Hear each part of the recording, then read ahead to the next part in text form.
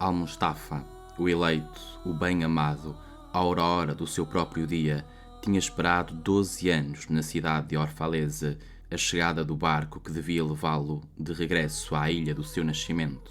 E no 12º ano, no 7º dia de Ailul, o mês das colheitas, subiu à colina que se erguia fora dos muros da cidade, olhou para o mar e avistou seu barco que se aproximava com um nevoeiro. Então as portas do seu coração abriram-se de par em par e a sua alegria voou para longe sobre o mar. Fechou os olhos e orou nos silêncios da sua alma. Mas enquanto descia a colina, invadiu uma tristeza e pensou em seu coração: como poderei partir em paz e sem pena? Não poderei deixar esta cidade sem uma ferida na alma. Longos foram os dias de amargura que passei dentro dos seus muros. Longas foram as noites de infinita solidão, e quem poderá separar-se sem pesar da sua amargura e da sua solidão infinita? Espalhei por estas ruas muitos bocados do meu espírito, e muitos filhos dos meus sonhos caminham nus por estas colinas, e não posso afastar-me deles sem dor e pesar. Não é um vestido que hoje dispo, é uma pele que arranco com as próprias mãos. Não é um pensamento que deixo atrás de mim, é um coração enternecido pela fome e pela sede. Mas não posso ficar mais tempo. O mar que chama para si todas as coisas, chama por mim e tenho de embarcar. Porque ficar, enquanto as horas ardem na noite, é congelar-se e cristalizar-se e ficar preso num molde. De bom grado levaria comigo tudo quanto aqui existe. Mas como? A voz não pode levar consigo a língua e os lábios que lhe deram asas. Deve lançar-se sozinha no espaço. E a águia voará ao encontro do sol, sozinha, sem o seu ninho. Tendo chegado ao pé da colina, voltou-se de novo para o mar e viu como seu barco se aproximava do porto, trazendo à proa os marinheiros, os homens da sua própria terra. E a sua alma gritou-lhes em alta voz: filhos da minha mãe antiga, cavaleiros das ondas, quantas vezes navegastes nos meus sonhos, e agora chegais ao meu despertar, que é o meu sonho mais profundo. Estou pronto a partir, e a minha impaciência espera o vento de velas desfraldadas. Quero respirar apenas ainda um pouco deste ar sereno e lançar para trás um último olhar de amor. Então serei no meio de vós um navegante no meio de navegantes. E tu, salgado mar, mãe sempre acordada, única paz e liberdade do rio e do regato. Este regato vai dar só mais uma volta, ouvir-se-á ainda um murmúrio na clareira do bosque, e em breve estarei convosco, gota ilimitada, num oceano sem limites. E enquanto caminhava, vi ao longe homens e mulheres que deixavam seus campos e vinhas e se dirigiam apressados para as portas da cidade. E ouviu as vozes que o chamavam pelo seu nome e gritavam através dos campos para darem uns aos outros a notícia de que o barco tinha chegado. E ele disse: será o dia da partida, o dia do reencontro? E poderá dizer-se que a minha vigília foi realmente a minha aurora? E que darei eu àquele que abandonou a charrua no meio do sulco e ao que parou a roda do seu lagar? Terá o meu coração de tornar-se uma árvore carregada de frutos que eu possa colher e repartir? E terão os meus desejos de correr como fonte para poder encher as suas taças? Serei eu uma harpa para que a mão do Todo-Poderoso me possa tocar, ou uma flauta para que o seu sopro passe através de mim? Sou apenas um buscador de silêncios. E que tesouro encontrei nos meus silêncios para poder distribuir confiadamente? Se é hoje o meu dia de colheita, em que campos e em que estações esquecidas lancei a semente? Se é esta verdadeiramente a hora de levantar a lâmpada, não arderá nela a minha chama. Levantarei a minha lâmpada vazia e escura, e o guarda da noite a encherá de azeite e a acenderá. Disse tudo isto em palavras, mas muito mais ficou por dizer no seu coração, porque nem ele podia revelar o seu mais fundo segredo. E quando entrou na cidade, toda a gente veio ao seu encontro e falava com o clamor de uma voz unânime. E os anciãos da cidade adiantaram-se e disseram: não te afastes ainda de nós? Foste um meio-dia no nosso crepúsculo, e a tua juventude deu-nos sonhos para sonhar. Não és estrangeiro no meio de nós, nem hóspede, mas nosso filho e nosso bem-amado.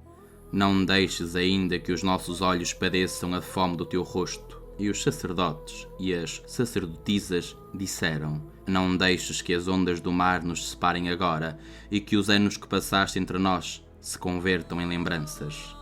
Caminhaste entre nós como um espírito, e a tua sombra foi luz sobre os nossos rostos. Amamos-te muito, mas o nosso amor era mudo e velado. Contudo, agora grita em altas vozes e luta para se revelar diante de ti. O amor foi sempre assim. Não conhece a sua verdadeira profundeza senão no momento da separação. Outros ainda vieram com as suas súplicas, mas ele não respondeu.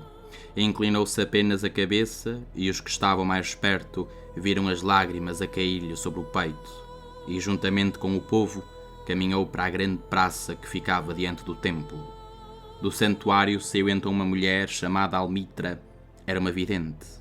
Ele olhou-a cheio de ternura, porque tinha sido ela a primeira a segui-lo e a acreditar nele, quando estava na cidade havia apenas um dia.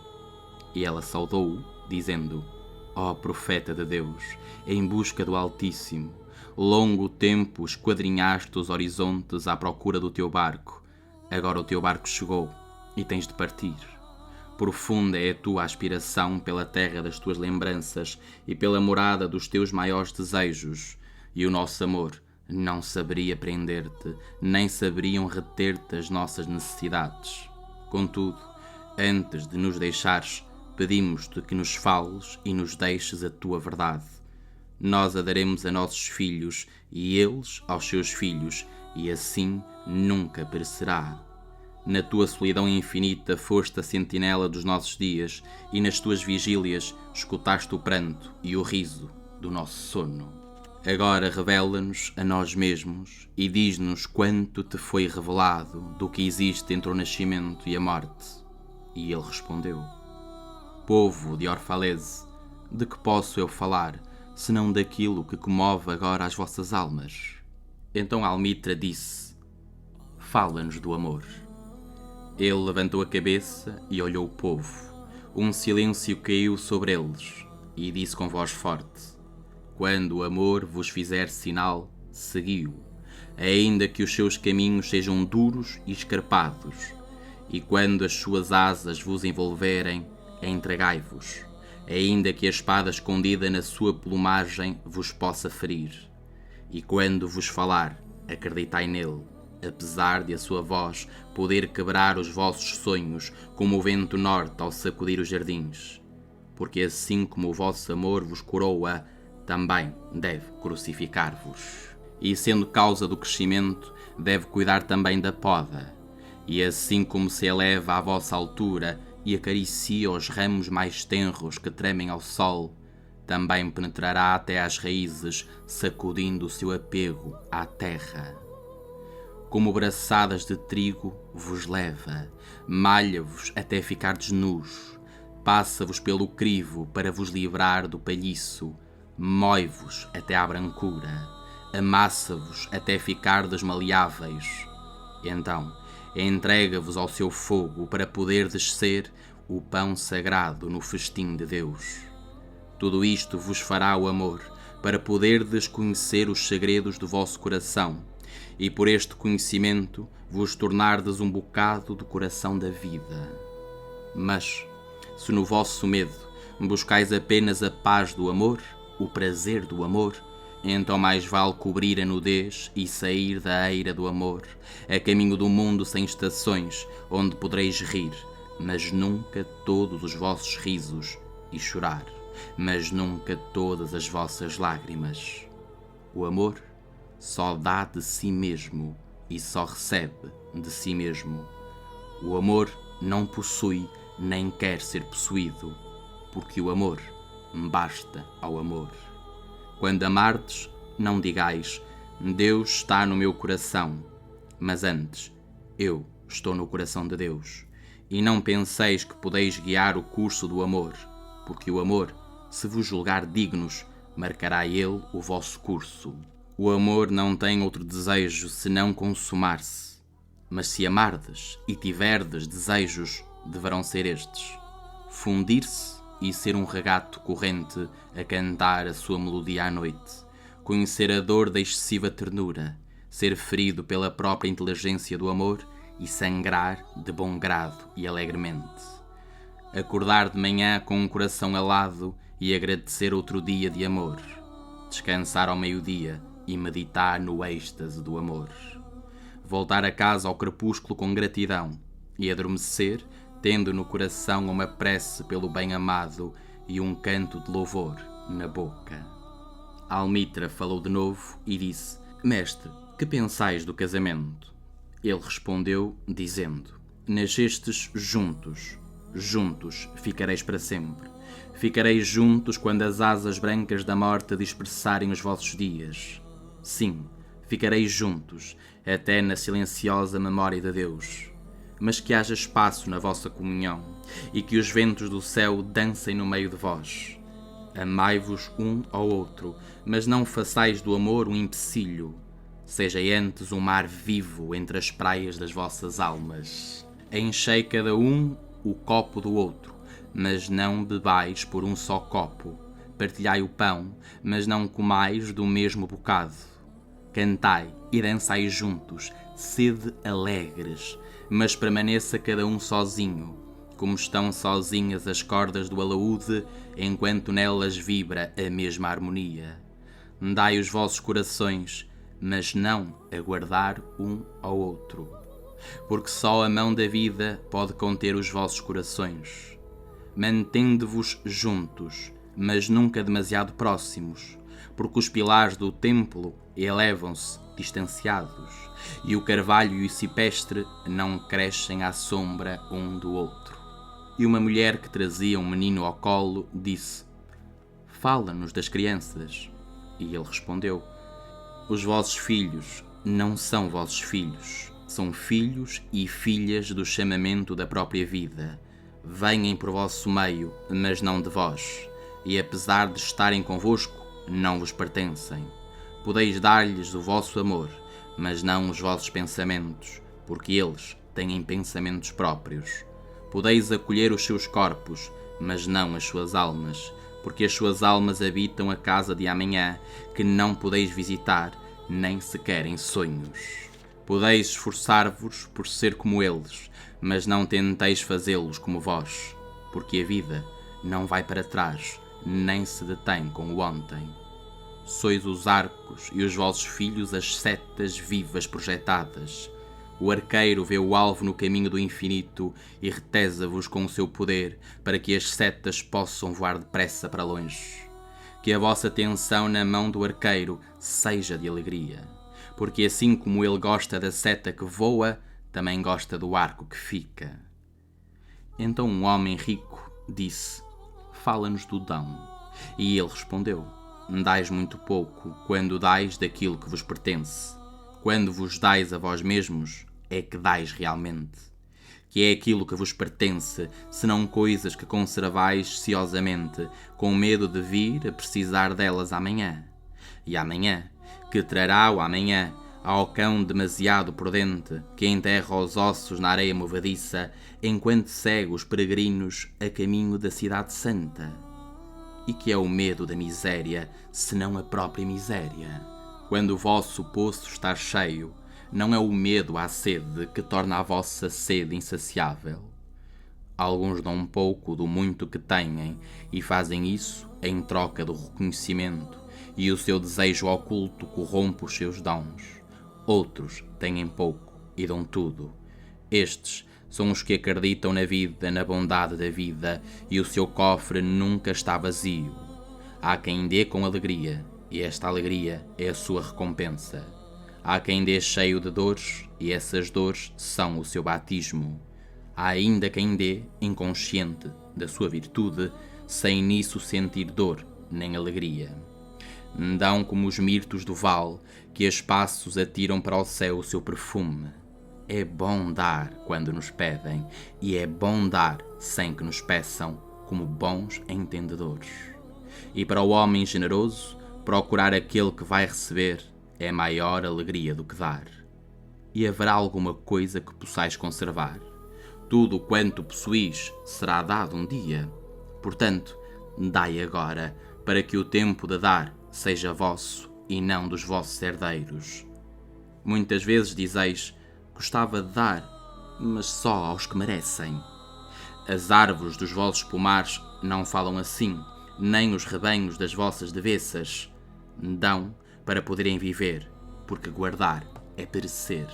Por certo, aquele que é digno de receber os seus dias e as suas noites é digno de receber de vós tudo o resto.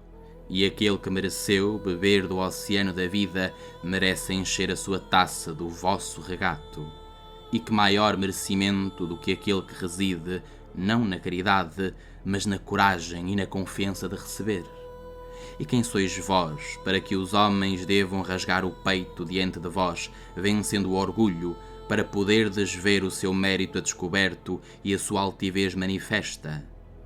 Procurai primeiro merecerdes ser doadores e instrumentos de doação, porque em verdade é a vida que dá à vida, e quando julgais ser doadores, sois apenas testemunhas.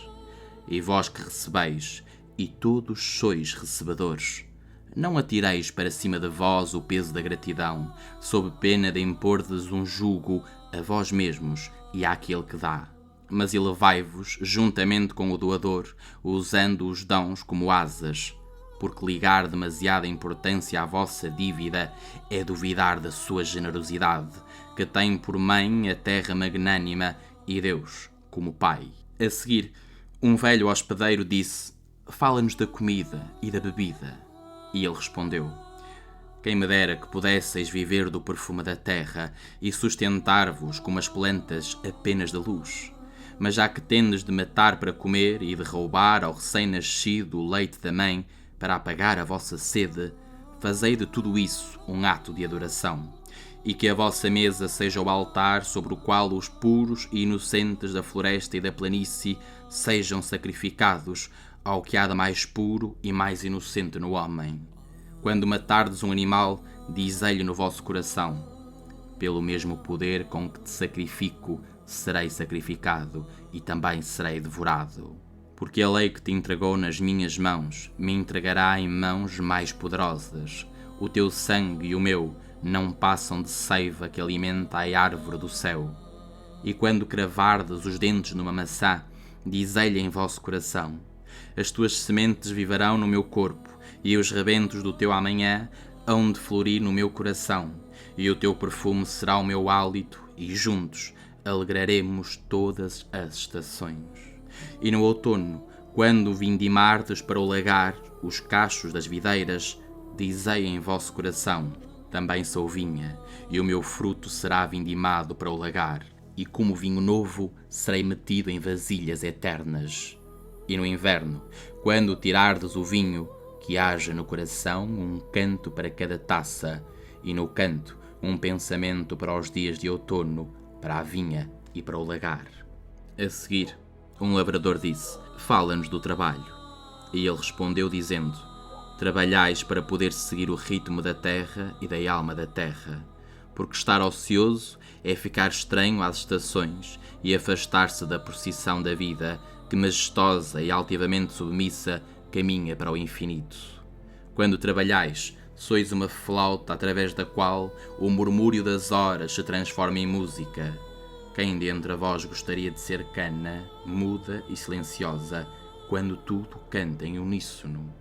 Sempre vos disseram que o trabalho é maldição e a labuta, infortúnio. Mas eu digo-vos, quando trabalhais, cumpris uma parte do sonho mais longínquo da terra que vos foi atribuída quando tal sonho nasceu.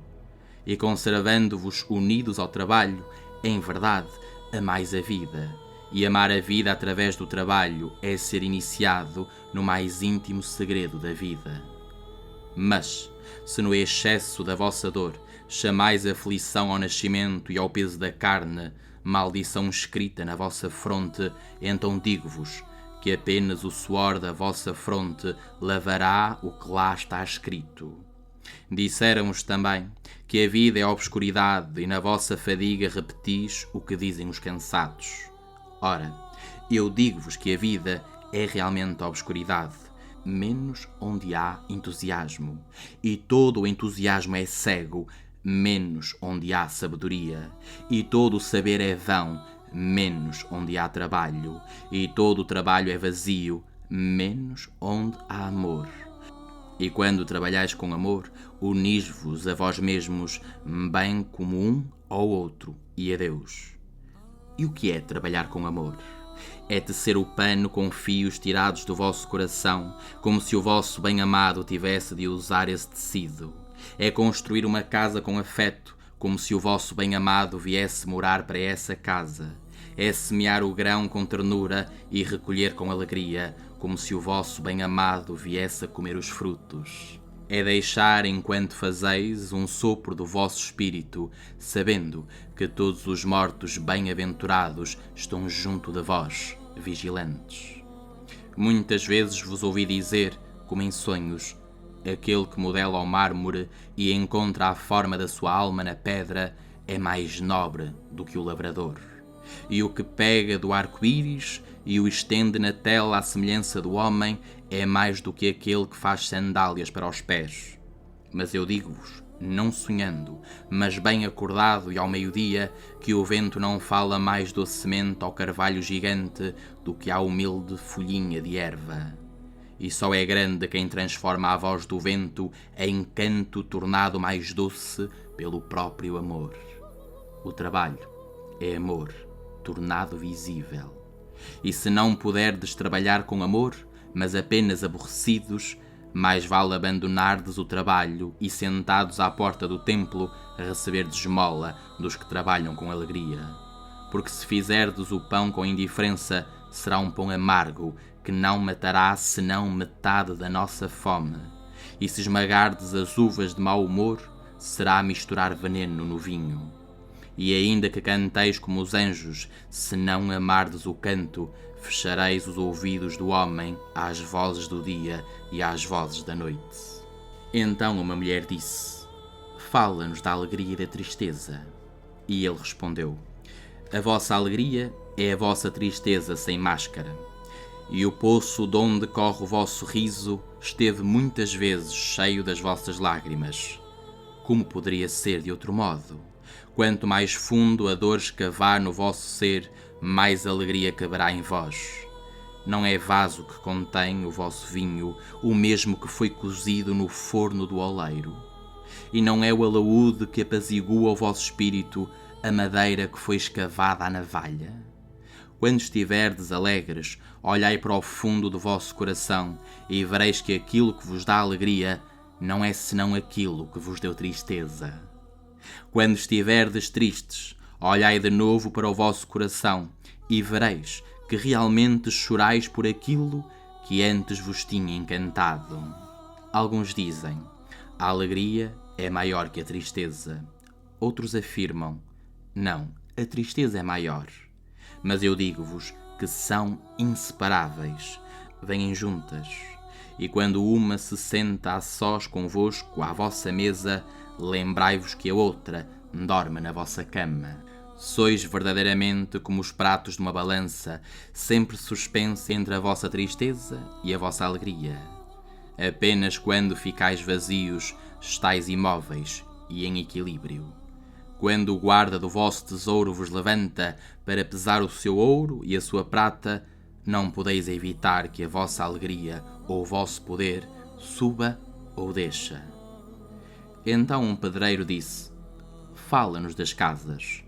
E ele respondeu: com a vossa fantasia construí um abrigo no deserto antes de erguer uma casa dentro das muralhas da cidade, porque assim como regressais ao lar ao cair da tarde, assim regressa o vagabundo que há em vós, sempre distante e solitário. A vossa casa é o vosso corpo maior. Cresce o sol e adormece na inquietação da noite e não precisa de sonhos. Sonha com a vossa casa e, sonhando, não abandona a cidade.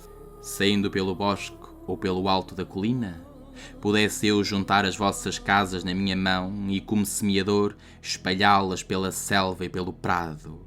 Fossem os vales as vossas ruas e os verdes caminhos as vossas travessas, para que pudesseis procurar-vos uns aos outros através das vinhas e voltar trazendo aroma de terra na vossa roupa. Mas estas coisas ainda não podem acontecer. Levados pelo medo, os vossos avós juntaram-vos e aproximaram-vos demasiado uns dos outros. E esse medo vai durar ainda um pouco mais. Ainda um pouco mais, as muralhas da vossa cidade separarão os vossos lares dos vossos campos. E dizei-me, povo de Orfaleza, que tendes dentro destas casas, que guardais atrás destas portas fechadas? Tendes paz, esse quieto incentivo que manifesta o vosso poder?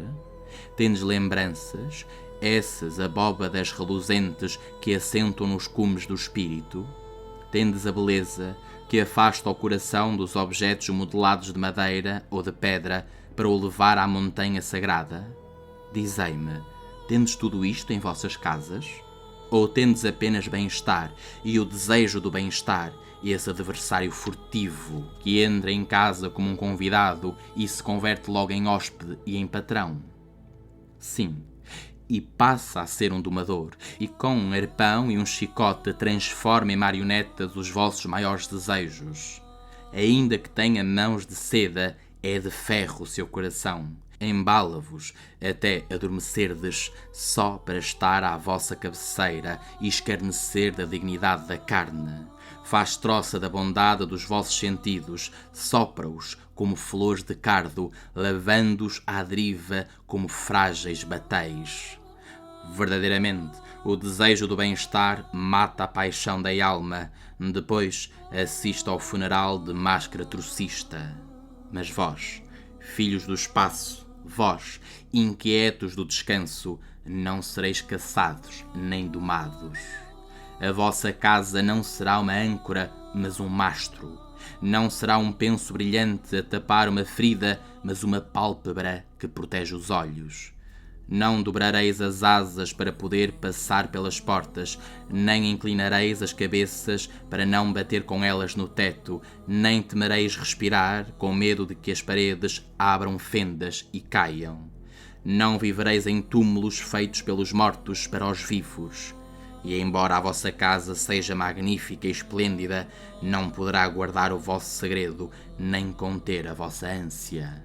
Porque aquilo que em vós existe de infinito habita o castelo celeste, cuja porta é a bruma da manhã e cujas janelas são as canções e os silêncios da noite. O tecelão disse, fala-nos dos vestidos. E ele respondeu, os vestidos dissimulam grande parte da vossa beleza, mas não escondem o que não é belo. E ainda que procureis nos vestidos o abrigo da vossa intimidade, arriscai-vos a encontrar neles um arnês e uma cadeia. Antes encontrasseis o sol e o vento mais com a epiderme e menos com os vestidos. Porque o sopro da vida está no sol e a mão da vida está no vento. Há entre vós quem diga, foi o vento norte que teceu os vestidos que trazemos. Mas eu digo-vos, sim, foi o vento norte, mas a vergonha foi o seu ofício e o amolecimento dos nervos o fio do seu tear. E quando acabou o trabalho, desatou a rir na floresta. Não esqueçais que o pudor não passa de escudo contra os olhos impuros, e desaparecido o impuro, que é o pudor, senão um obstáculo e nódoa do espírito. E não esqueçais que a terra se alegra ao sentir-vos descalços e que o vento gostaria de brincar com os vossos cabelos. E um mercador disse, fala-nos da compra e venda. E ele respondeu, a terra brinda-vos com os seus frutos e, se souberdes como encher as mãos, não passareis necessidades. É trocando os dons da terra que achareis a abundância e ficareis satisfeitos. Contudo, a não ser que o intercâmbio se faça com amor e justiça benévola, não deixará de levar uns à voracidade, outros à fome. Quando no mercado vós trabalhadores do mar, dos campos e das vinhas encontrais os tecelões e os oleiros e os que recolhem especiarias.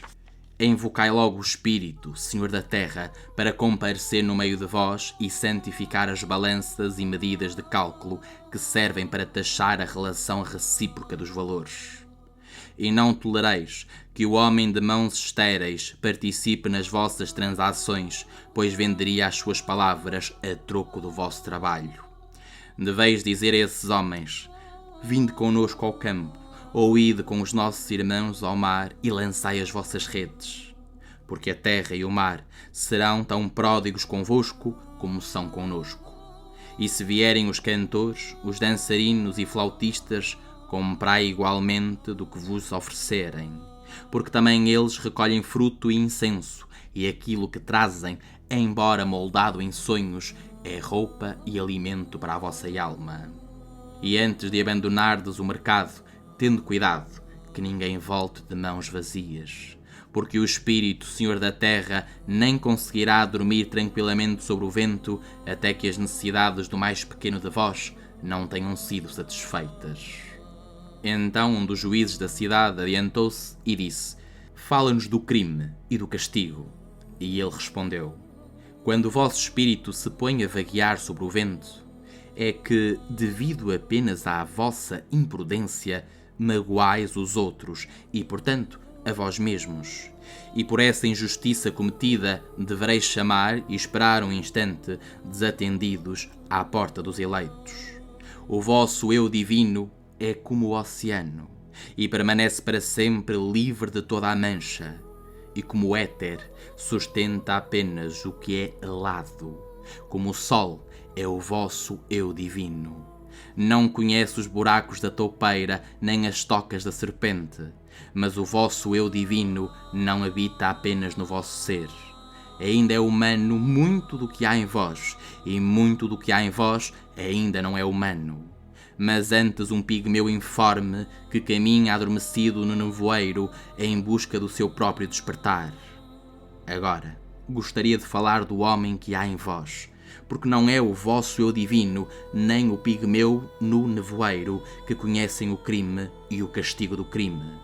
A miúde, vos tenho ouvido falar de alguém que comete um delito como se não fosse um de nós, mas um estrangeiro e um intruso no vosso mundo. Ora, eu digo-vos que assim como nem o santo nem o justo se podem elevar acima do mais alto que mora em cada um de vós, também o malvado e o débil não podem cair mais baixo que o mais baixo que mora em cada um de vós.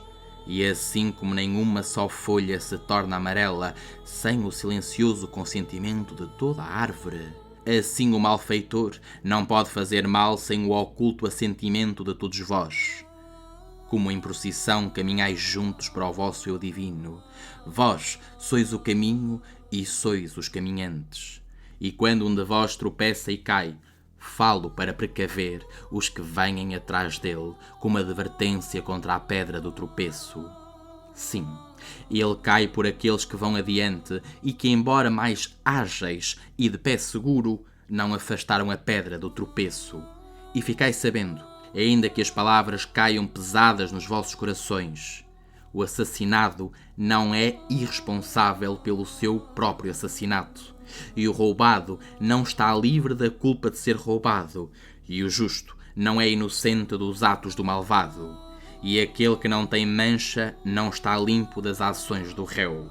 Mais ainda, o culpado é muitas vezes a vítima do ofendido, e ainda com mais frequência o condenado é que leva a carga em vez do irrepreensível e inocente.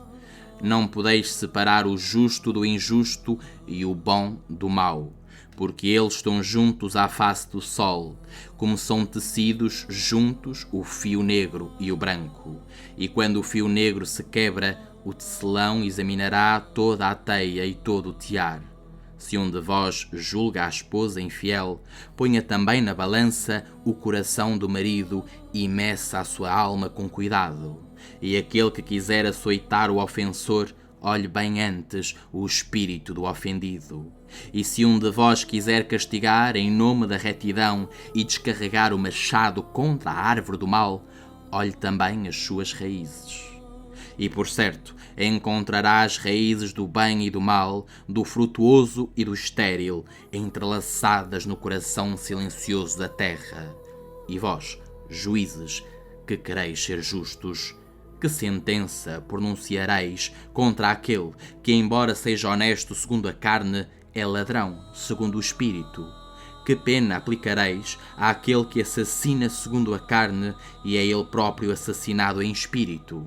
E como julgareis aquele que nas suas ações é um impostor e um tirano, mas é também ofendido e ultrajado?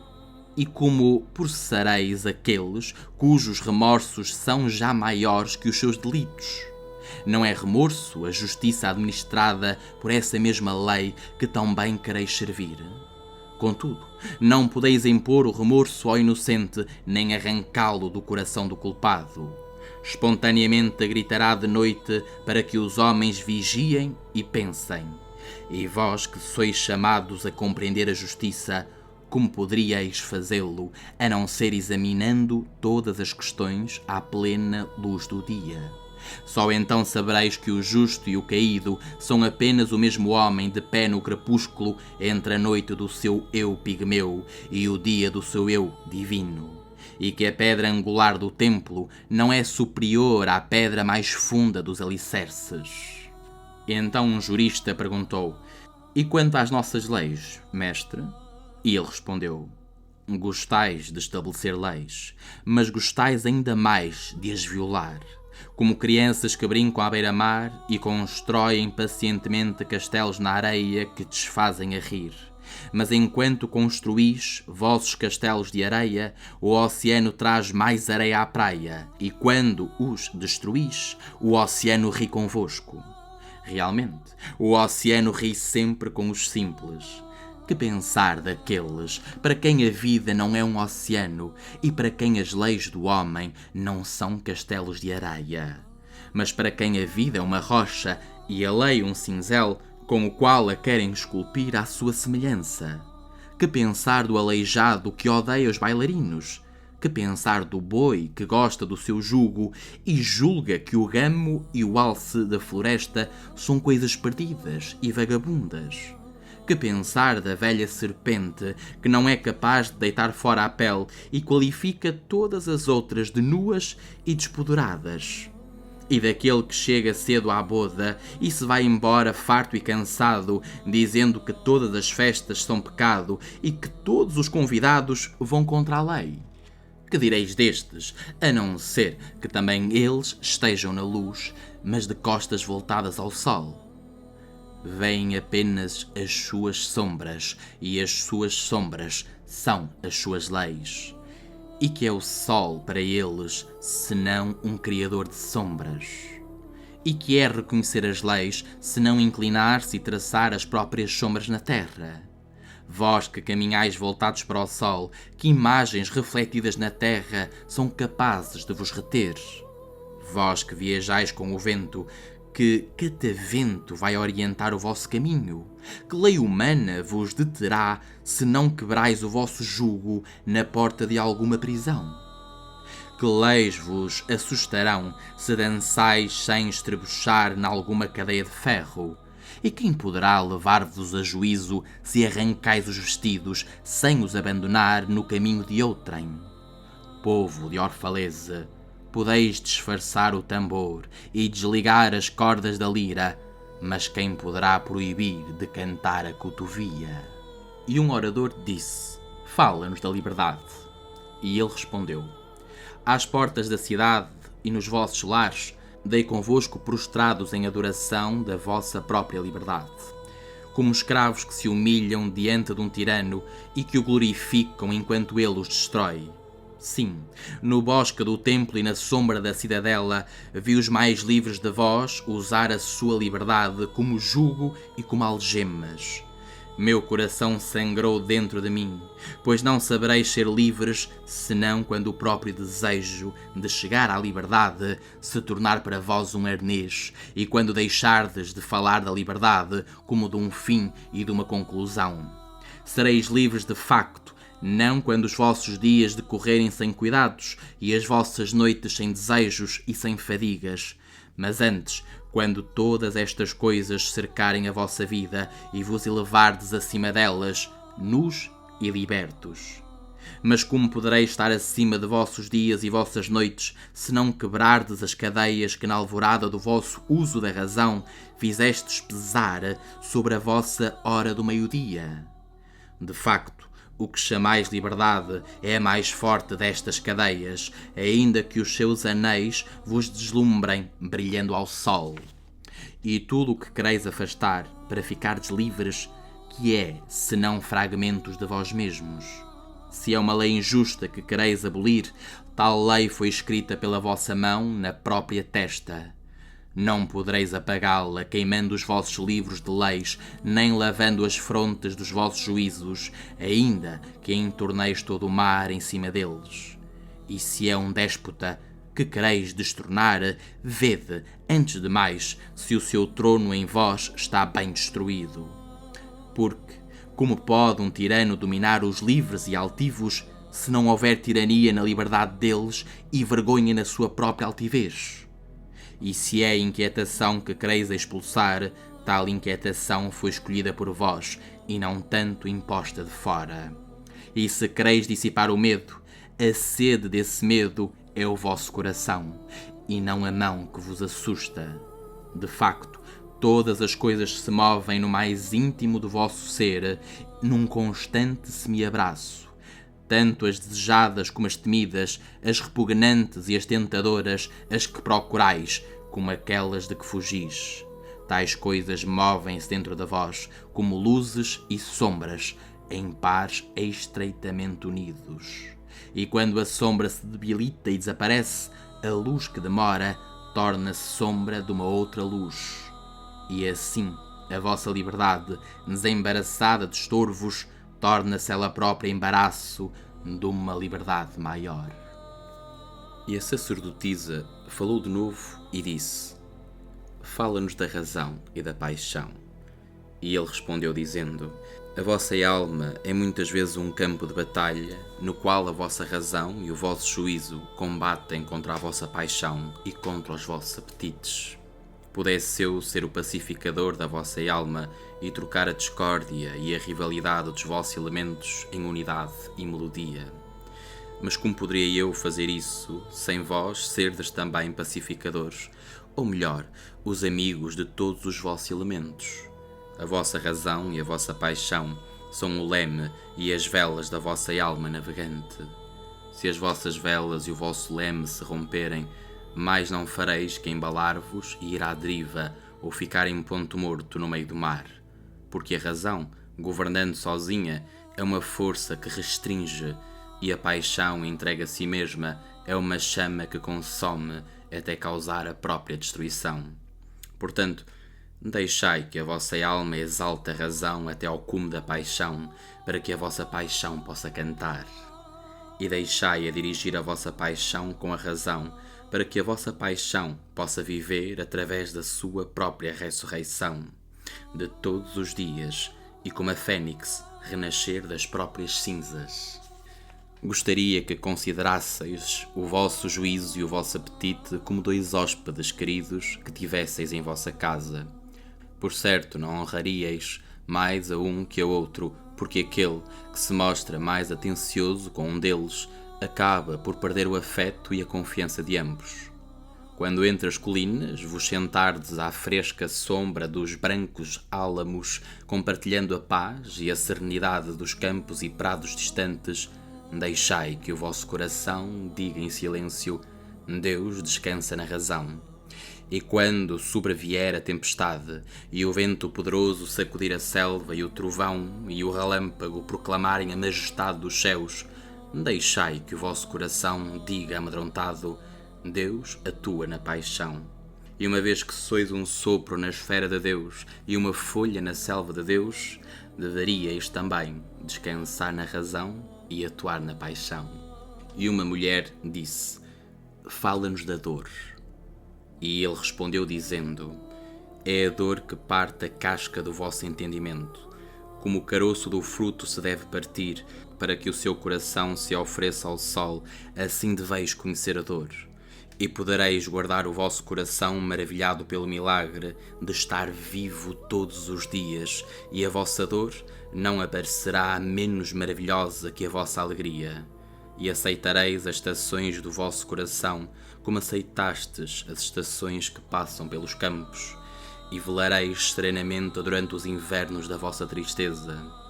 Muito do vosso sofrimento fostes vós que o escolhestes. É a poção amarga por meio da qual o médico cura o vosso eu doente. Confiai no médico e bebei a poção calados e tranquilos, pois a sua mão, apesar de ser dura e pesada, é guiada pela mão bondosa do invisível. E a taça que oferece, apesar de vos queimar os lábios, foi moldada da argila que o oleiro molhou com as suas lágrimas. E um homem disse: fala-nos do conhecimento próprio. E ele respondeu dizendo: o vosso coração conhece em silêncio os segredos do dia e da noite, mas os vossos ouvidos esperam escutar o eco do conhecimento do coração. Gostaríeis de conhecer por meio de palavras o que sempre conhecestes em pensamento. Gostaríeis de tocar com os dedos o corpo nu dos vossos sonhos. E está bem que gosteis. A fonte secreta da vossa alma deve brotar e correr, murmurando para o mar. E o tesouro das vossas profundezas infinitas quer ser revelado aos vossos olhos. Mas não há balança para pesar o vosso desconhecido tesouro, e não procureis os abismos do vosso conhecimento com a vara ou com a sonda, porque o eu é um mar sem limites e sem medida.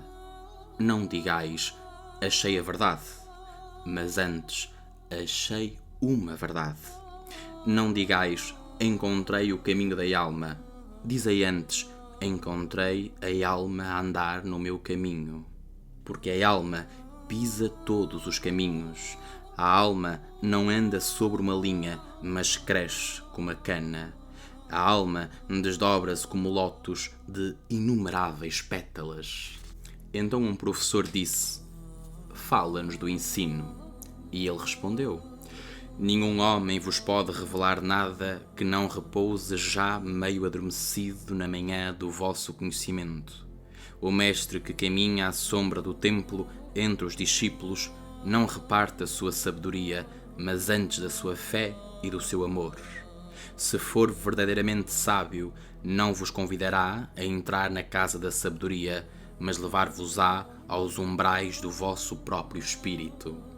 O astrónomo pode falar-vos da sua compreensão do espaço, mas não pode dar-vos a sua compreensão. O músico pode cantar para vós a melodia que enche todo o espaço, mas não pode dar-vos o ouvido que apreende o ritmo, nem a voz que lhe devolve o eco. E o que é versado na ciência dos números pode falar nas relações dos pesos e medidas, mas não pode levar-vos até lá, porque a visão de um homem não pode emprestar as suas asas a outro homem. E assim como cada um de vós se aguenta sozinho no conhecimento de Deus, assim deve estar sozinho no seu conhecimento de Deus e na compreensão da terra. E um jovem disse: fala-nos da amizade.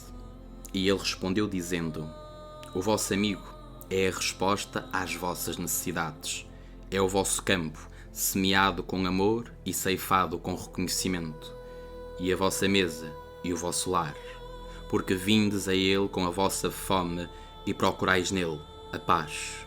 Quando o vosso amigo revela o seu pensamento, não temais o não do vosso próprio espírito, nem lhe recuseis o sim. E quando ele estiver silencioso, o vosso coração não deixe de escutar o seu coração. Porque na amizade, todos os pensamentos, todos os desejos, todas as expectativas nascem sem palavras e partilham-se numa alegria calada. Quando vos separardes do vosso amigo, não vos aflijais, porque aquilo que mais nele amais pode ficar claro na sua ausência, como o alpinista para quem a montanha é mais nítida à vista da planície. porque não há outro fim na amizade se não é aprofundar o espírito. Ora, o amor, que busca outra coisa além da revelação do seu próprio mistério, não é amor, mas uma rede atirada onde apenas o inútil fica caçado. E que o melhor de vós mesmos seja para o vosso amigo.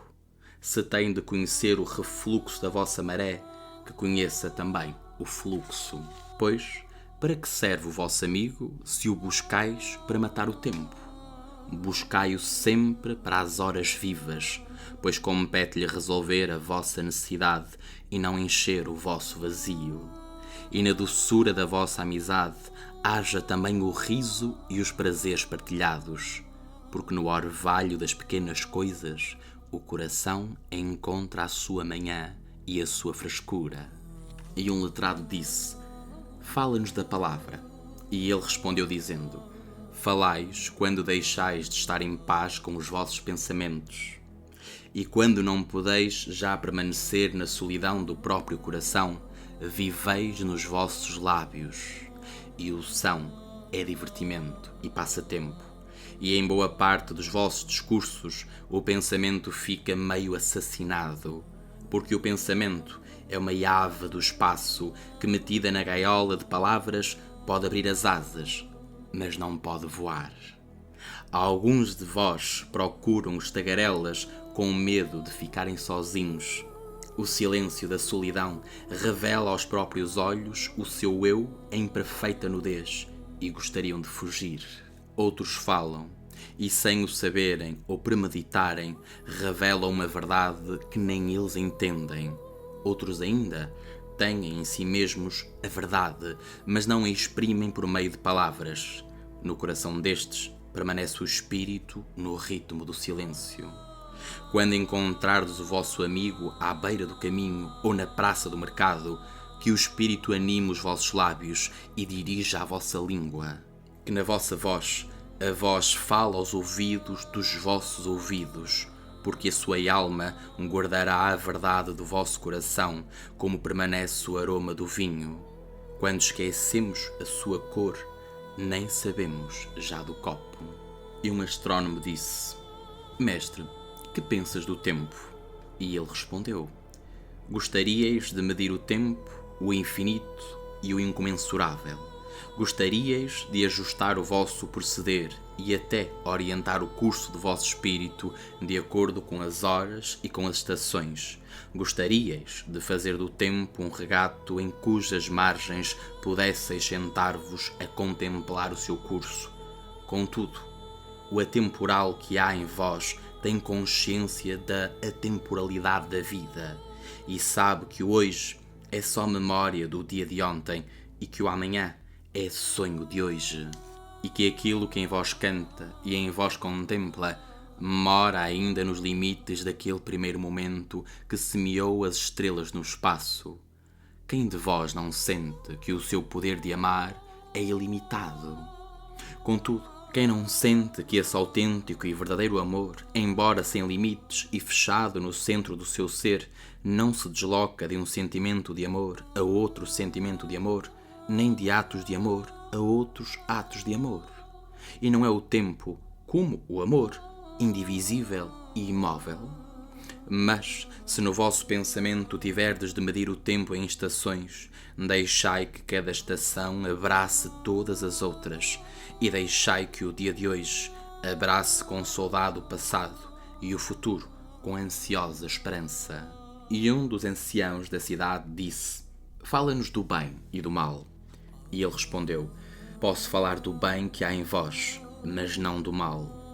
Que é o mal, senão o bem atormentado pela própria fome e pela própria sede? Por certo, quando o bem tem fome, busca o seu alimento, mesmo nas escuras cavernas, e quando tem sede, bebe até nas águas estagnadas. Sois bons quando sois um convosco. Contudo, quando não sois um convosco mesmos, não sois maus. Porque uma casa dividida não é uma cova de ladrões, é apenas uma casa dividida. E um barco sem leme pode navegar sem rumo entre perigosos recifes, sem, contudo, ir a pique. Sois bons, quando vos esforçais por dar qualquer coisa de vós mesmos.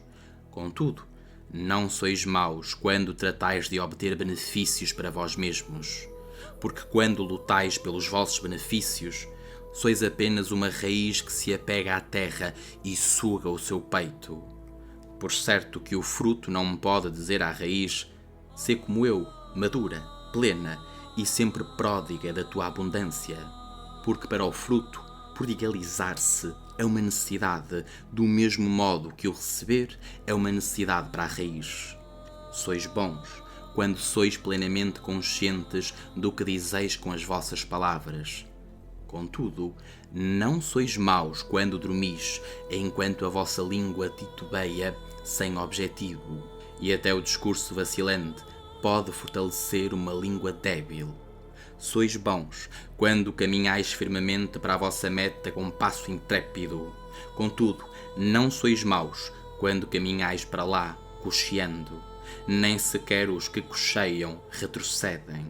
Mas vós, quando sois fortes e velozes, procurai não cochear diante dos lesionados, julgando ser-lhes agradáveis. Sois bons de infinitas maneiras e não sois necessariamente maus quando não sois bons. Sois apenas vagabundos e preguiçosos. É pena que os veados não possam ensinar a rapidez às tartarugas. No vosso ardente desejo de alcançar o eu gigante reside a vossa bondade, e esse desejo ardente está em todos vós. Mas em alguns de vós, esse desejo é uma torrente que corre violentamente para o mar, levando os segredos das encostas e os cantos da floresta. Noutros, é um débil regato indolente que se perde em meandros e se esgota antes de chegar à praia. Aquele que tem aspirações ardentes, não diga ao de desejos mortiços, porque és lento e preguiçoso. Aquele que é verdadeiramente bom não pergunta ao nu onde está a tua roupa, nem ao que não tem lar que sucedeu à tua casa. A seguir, uma sacerdotisa disse: fala-nos da oração. E ele respondeu: rezais na aflição e necessidade. Quem dera que rezasseis também na plenitude da vossa alegria e nos dias de abundância. Que é a oração, senão a expressão do vosso ser no ar vivo? E se é para vosso alívio que lançais a vossa escuridão no espaço, é igualmente para vosso gosto que abris o coração na aurora. E não sabeis senão chorar quando a vossa alma vos convida à oração. Ela devia aguilhoar-vos mais e mais, apesar do choro, até chegardes ao riso. Quando rezais, elevais-vos para encontrar no ar quantos rezam nessa mesma hora e que não podereis encontrar a não ser na oração. Que a vossa visita a este templo invisível não tenha como fim senão o êxtase e a doce comunhão. Porque, se entrardes no templo apenas para pedir, nada recebereis. E se entrardes só para vos humilhar, não sereis exaltados. E ainda que entreis para pedir a felicidade dos outros, não sereis ouvidos. Basta que entreis no templo invisível. Não posso ensinar-vos a orar com palavras. Deus não ouve as vossas palavras, senão quando é Ele a falar pela vossa boca. Não posso ensinar-vos as orações dos mares, das flores e das montanhas. Porém vós, que viestes das montanhas e das florestas e dos mares, podeis encontrar no vosso coração a sua prece. E se vos limitardes a escutar na tranquilidade da noite, ouvi-los-eis dizer em silêncio: nosso Deus, que és o nosso eu alado, é a tua vontade que quer em nós. É o teu desejo que deseja em nós. É o teu impulso em nós que gostaria de mudar as nossas noites, que são as tuas, em dias que são teus também. Não podemos pedir-te seja o que for, porque conheces as nossas necessidades antes que nasçam dentro de nós. Tu és a nossa necessidade, e dando-nos mais de ti mesmo, dás-nos tudo. Então um ermita, que vinha à cidade uma vez por ano, adiantou-se e disse: fala-nos do prazer. E ele respondeu, dizendo: o prazer é uma canção de liberdade, mas não é a liberdade. É o florescer dos vossos desejos, mas não é o seu fruto. É um abismo que chama por um cume, mas não é abismo nem cume. É o enjaulado que ganha asas, mas não é o espaço que o rodeia. Sim, na verdade, o prazer é uma canção de liberdade e gostava de ouvir-vos cantá-la com todo o coração. Mas não gostaria que perdesseis o vosso coração no canto. Alguns dos vossos jovens buscam o prazer como se ele fosse tudo e são julgados e castigados. Não gostaria de julgá-los nem castigá-los. Gostaria de vê-los investigar. Porque eles encontrarão o prazer, mas não sozinho. São 7 as suas irmãs, e a mais insignificante delas é mais formosa que o prazer. Não ouvistes falar no homem que, ao cavar a terra em busca de raízes, encontrou um tesouro? E alguns dos vossos maiores recordam os prazeres com pena, como erros cometidos em estado de embriaguez. Mas a pena é o nublar do espírito e não o seu castigo. Deveriam recordar os seus prazeres com gratidão, como se fizessem a colheita do estio. Contudo, se a pena os conforta, deixai-os lá confortar. Há entre vós alguns que nem são jovens para explorar, nem velhos para recordar. E no seu medo, pela busca e pela recordação, fogem de todos os prazeres por temerem desatender o espírito ou ofendê-lo. Mas o seu prazer está na própria renúncia. E assim, também eles encontram um tesouro, embora cavem em busca de raízes com mãos frementes. Mas dizei-me, quem é que pode ofender o espírito? Ofenderá o roxinol a quietação da noite, ou a libélula as estrelas? E a vossa chama ou o vosso fumo pesarão sobre o vento? Julgais que o espírito é um lago tranquilo que podeis turvar com um cajado? A miúde, dizendo não ao prazer, mais não fazeis que armazenar o desejo nos esconderijos do vosso ser. Quem sabe, se o que parece omitido hoje não espera apenas por amanhã. Todo o vosso corpo conhece o seu património e as suas legítimas necessidades e não será decepcionado. E o vosso corpo é a harpa da vossa alma. E compete-vos arrancar dela música melodiosa ou sons confusos. Agora perguntais no vosso coração, como distinguiremos o que é bom no prazer do que não é bom? Ide aos vossos campos e aos vossos jardins, e aprendereis que o prazer da abelha é recolher o mel da flor, mas também é prazer da flor ceder o seu mel à abelha. Porque para a abelha uma flor é fonte de vida, e para a flor uma abelha é mensageira do amor. E para ambas, abelha e flor, o dar e o receber o prazer é uma necessidade e um êxtase. Povo de Orfalese, nos vossos prazeres, sede como as flores e as ovelhas. E um poeta disse, fala-nos da beleza. E ele respondeu, onde podereis procurar a beleza e como encontrá-la, se não for por ela própria o vosso caminho e o vosso guia? E como podereis falar dela, se não for ela a tecer o fio das vossas palavras? Os feridos e aflitos dizem, a beleza é boa e doce, como mãe ainda jovem que passa no meio de nós a altiva com a sua glória. E os apaixonados dizem, não, a beleza é questão de poder e de terror. Como a tempestade, ela sacode a terra sob os nossos pés e o céu por cima das nossas cabeças. Os fatigados e cansados dizem, a beleza é feita de suaves murmúrios, fala ao nosso espírito. A sua voz cede aos nossos silêncios com frágil luz que palpita no meio da sombra.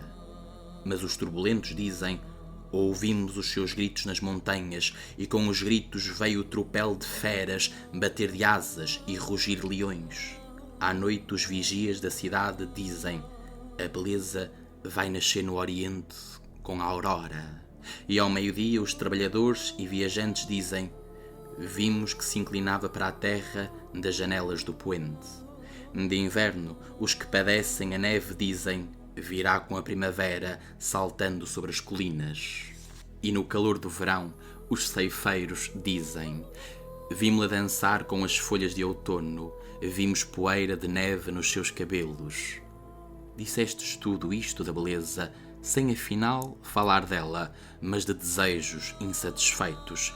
E a beleza não é um desejo, mas um êxtase. Não é boca sedenta, nem mão vazia estendida, mas antes um coração de fogo e alma maravilhada. Não é a imagem que gostarias de ver, nem o canto que gostarias de ouvir. Antes, uma imagem que vedes, mesmo de olhos fechados, e um canto que ouvis, mesmo tapando as orelhas.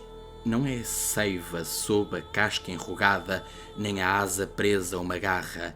Antes, um jardim sempre florido e nuvem de anjos voando sempre. Povo de Orfalese, a beleza é vida, quando a vida descobre seu santo rosto. Mas vós sois a vida e sois o véu. A beleza é eternidade que se contempla num espelho, mas vós sois a eternidade e sois espelho. E um velho sacerdote disse: fala-nos da religião. E ele respondeu: porventura tenho eu falado de outra coisa? Porventura não é religião tudo o que se faz e tudo o que se pensa? E tudo aquilo que não é ato nem reflexão, mas um espanto e uma surpresa sempre renovada na alma, até quando as mãos talham a pedra ou armam o tear? Quem é capaz de separar a fé dos seus atos ou a sua crença das ocupações? Quem é capaz de estender as horas diante de si dizendo: isto para Deus, isto para mim, isto para a alma, isto para o corpo? Todas as vossas horas são asas que batem através do espaço de um eu a outro eu. Aquele que não traz a sua moralidade senão como o menor vestido, era bem melhor que estivesse nu. O vento e o sol não farão buracos na sua pele, e aquele que regula o seu proceder pela ética mete o seu pássaro cantor numa gaiola. O canto mais liberto não passará através das grades e do arame, e aquele para quem a adoração é uma janela que se pode abrir e fechar, não visitou ainda a casa da sua alma, que tem janelas abertas de uma aurora a outra aurora. A vida de todos os dias é o vosso templo e a vossa religião. Ao entrardes nele, levai convosco todo o vosso ser.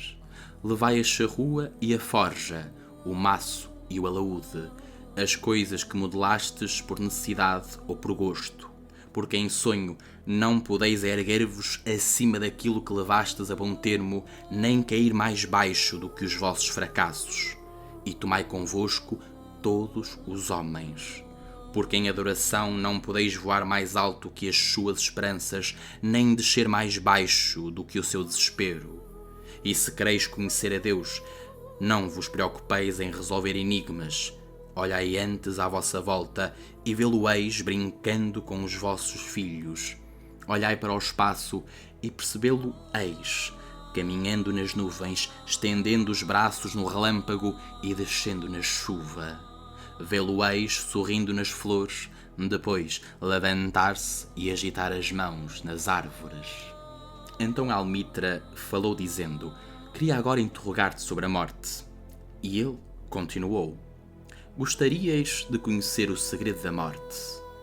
Mas como o encontrareis, a não ser que o busqueis no coração da vida?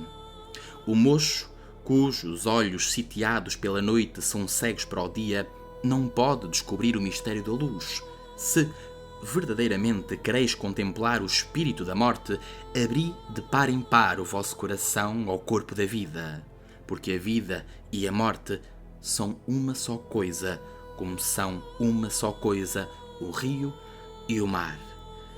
No fundo das vossas esperanças e desejos reside o vosso tácito conhecimento do além, e como as sementes que sonham debaixo da neve, o vosso coração sonha com a primavera. Confiai nos sonhos, porque neles se oculta a porta da eternidade. O vosso medo à morte não é mais que o arrepio do pastor diante do rei, que vai colocar a mão sobre ele para lhe conferir uma honra.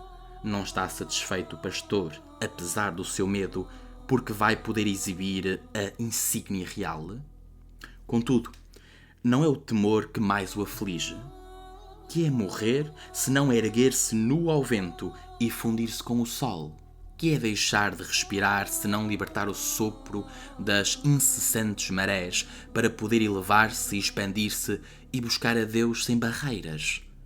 Só quando beberdes do rio do silêncio cantareis realmente, e quando tiverdes chegado ao cimo da montanha começareis a escalada, e quando a terra reclamar os vossos membros, então dançareis verdadeiramente.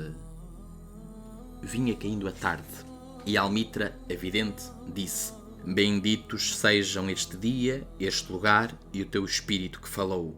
Ele respondeu: Fui eu quem falou? Não fui eu também ouvinte? Então desceu os degraus do templo e todo o povo o seguiu. Subiu ao seu barco e ficou na coberta. Voltando de novo o rosto para o povo, levantou a voz e disse: Povo de Orfaleza, o vento convida-me a deixar-vos. Tenho menos pressa que o vento, contudo, tenho de partir. Nós, os errantes, sempre em busca do caminho mais solitário. Não começamos nenhum dia no sítio onde acabamos o outro, e nenhum amanhecer nos encontra no sítio onde nos deixou o pôr do sol. Até quando a terra dorme, nós viajamos. Somos as sementes da teimosa planta, e é na nossa madurez e plenitude de coração que somos entregues e dispersos ao vento. Foram breves os dias que passei convosco, e mais breves ainda as palavras que pronunciei. Mas se a minha voz se extinguir em vossos ouvidos, e o meu amor se desvanecer na vossa memória, então voltarei de novo, e falarei com o coração mais rico e lábios mais submissos ao espírito. Sim, voltarei com a maré, e embora a morte possa ocultar-me e rodear-me o maior silêncio, buscarei de novo a vossa compreensão. E não buscarei em vão. Se é verdade aquilo que disse, esta verdade se manifestará numa voz mais clara e em palavras mais perto dos vossos pensamentos. Parto com o vento, povo de Orfaleze, mas não me precipito no vácuo. E se o dia de hoje não é a realidade das vossas necessidades e do vosso amor, deixai então que seja uma promessa até outro dia. As necessidades do homem mudam, mas não muda o seu amor, nem o desejo do que o seu amor realiza as suas necessidades. Além disso, ficai sabendo que voltarei até do grande silêncio. A bruma que desaparece na aurora, deixando apenas orvalho sobre os campos, subirá a acumular-se no seio de uma nuvem e cairá depois desfeita em chuva. E eu não fui diferente da bruma. No silêncio da noite caminhei pelas vossas ruas, e o meu espírito entrou em vossas casas. O bater dos vossos corações esteve no meu coração. A vossa respiração bateu no meu rosto, e a todos conheci. Sim, conheci as vossas alegrias e as vossas tristezas, e enquanto dormíeis, os vossos sonhos foram os meus sonhos. Muitas vezes estive no meio de vós como um lago entre montanhas. Refleti em vós, como espelho, os cimos, as encostas onduladas e até o passo dos rebanhos errantes dos vossos pensamentos e desejos. Até ao meu silêncio chegaram em regatos os risos das vossas crianças e, como rios, os sonhos dos vossos jovens. E quando chegaram ao fundo de mim, os regatos e rios não deixaram por isso de cantar. Contudo, alguma coisa chegou até mim mais doce que os risos e mais forte que os sonhos. Era o que há em vós de ilimitado, o homem infinito no qual não passais de células e tendões, aquele em cujo salmo todos os vossos cantos não são mais que muda palpitação. No homem infinito é que sois infinitos, e é contemplando a ele que vos contemplei e amei. Que distâncias pode alcançar o amor que não caibam nessa esfera infinita? Que visões, expectativas e presunções podem remontar acima desse voo? Como um roble gigante coberto de flores, é em vós o homem infinito. O seu poder prende-vos à terra, a sua fragrância eleva-vos no espaço e sois imortais porque ele permanece. Foi-vos dito que, como numa cadeia, sois tão fracos como o vosso elo mais fraco. Isto é apenas metade da verdade. Sois também tão fortes como o vosso elo mais forte. Medir-vos pela vossa mais pequena ação é calcular a força do oceano pela fragilidade da sua espuma. Julgar-vos pelos vossos fracassos é lançar a culpa às estações pela sua inconstância. Sim, sois como um oceano, e apesar de os barcos fortemente ancorados esperarem nas praias a subida da maré, como sucede ao oceano, não podeis adiantar as vossas marés. Sois também como as estações, e apesar de no vosso inverno negardes a vossa primavera, a primavera que descansa no vosso interior, sorri no meio da sua sonolência e não se ofende. Não penseis que falo destas coisas para poderdes dizer uns aos outros: elogiou-nos muito, viu apenas o bem que havia em nós. Digo apenas em palavras aquilo que conheceis em pensamento. Afinal, que é o conhecimento verbal, senão uma sombra do conhecimento sem palavras? Os vossos pensamentos e as minhas palavras são ondas de uma memória selada que conserva gravados os vossos ontens. E dos dias remotos em que a terra não vos conhecia, nem a conhecieis a ela. E das noites em que a terra foi forjada no caos. Vieram até vós sábios para vos darem a sua sabedoria. Vim para receber da vossa sabedoria. E afinal encontrei o que é mais importante que a sabedoria. É um espírito de fogo que há em vós e vai crescendo cada vez mais à custa de si mesmo. Enquanto vós, sem advertir a sua expansão, lamentais os vossos dias que murcham. É a vida em busca de vida nos corpos que temem o sepulcro. Aqui não há sepulcros. Estas montanhas e planícies são um abraço e um trampolim.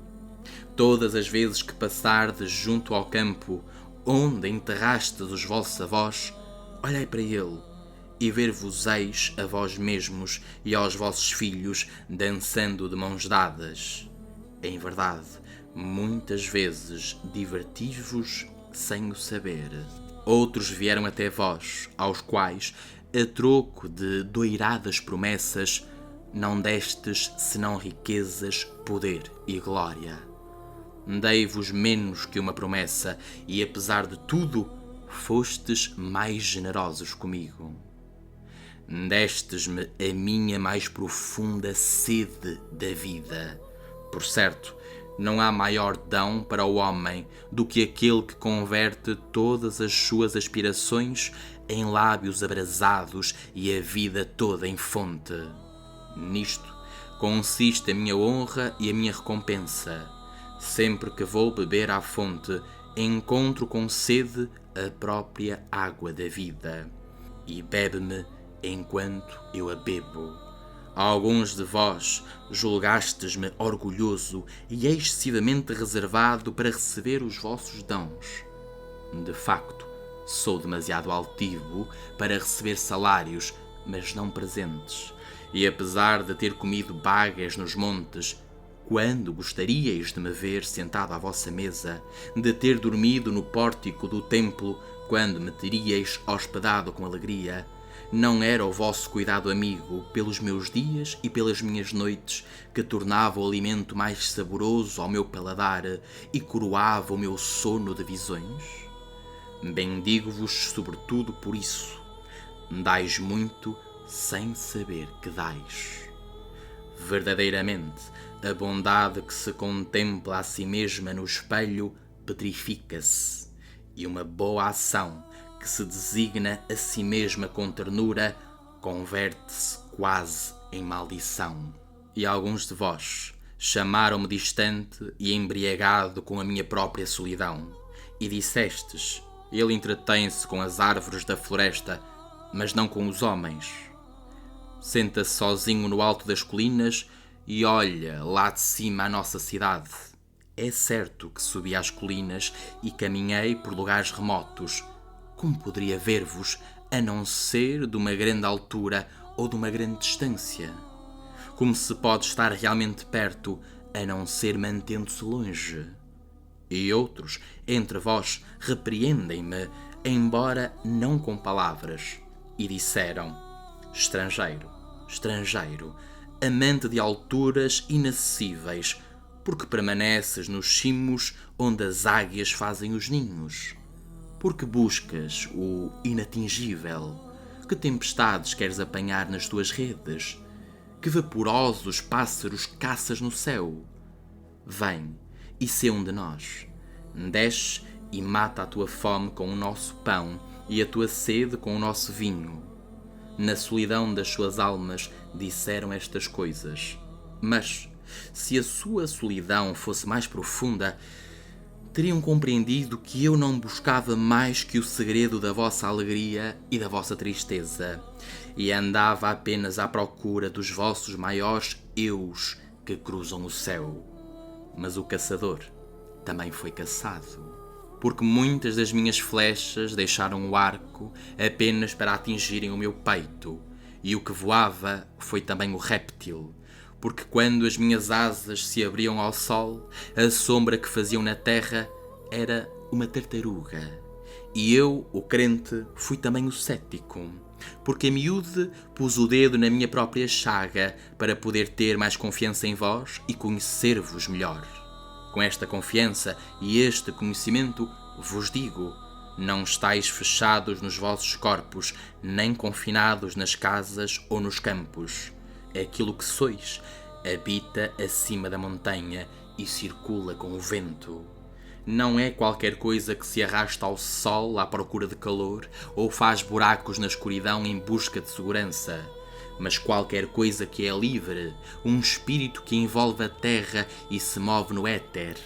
Se estas palavras são vagas, não procureis torná-las claras. Vago e nebuloso é o começo de todas as coisas, mas não o fim. E eu queria que vos lembrasseis de mim como um começo.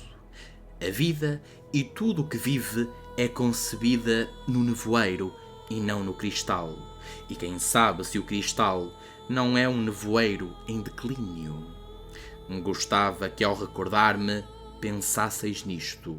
O que em vós parece mais débil e vacilante é o mais forte e decidido. Não foi a vossa respiração que ergueu e estruturou a dureza dos vossos ossos? E não é um sonho que nenhum de vós se lembra de ter sonhado que construiu a vossa cidade e modelou quanto nela existe? Se pudesseis ver apenas o fluxo desta respiração, deixaríeis de ver tudo mais, e se pudesseis ouvir os murmúrios do sonho, não ouviríeis mais nenhum som. Mas não ouvis, nem vedes, e ainda bem. O véu que turva os vossos olhos será tirado pelas mãos que o teceram, e a argila que tapa os vossos ouvidos será furada pelos dedos daqueles que a amassaram. E vereis, e ouvireis. Contudo, não vos arrependereis de ter conhecido a cegueira, nem lamentareis ter estado surdos, porque nesse dia conhecereis os fins ocultos das coisas, e abençoareis a escuridão como gostaríeis de abençoar a luz.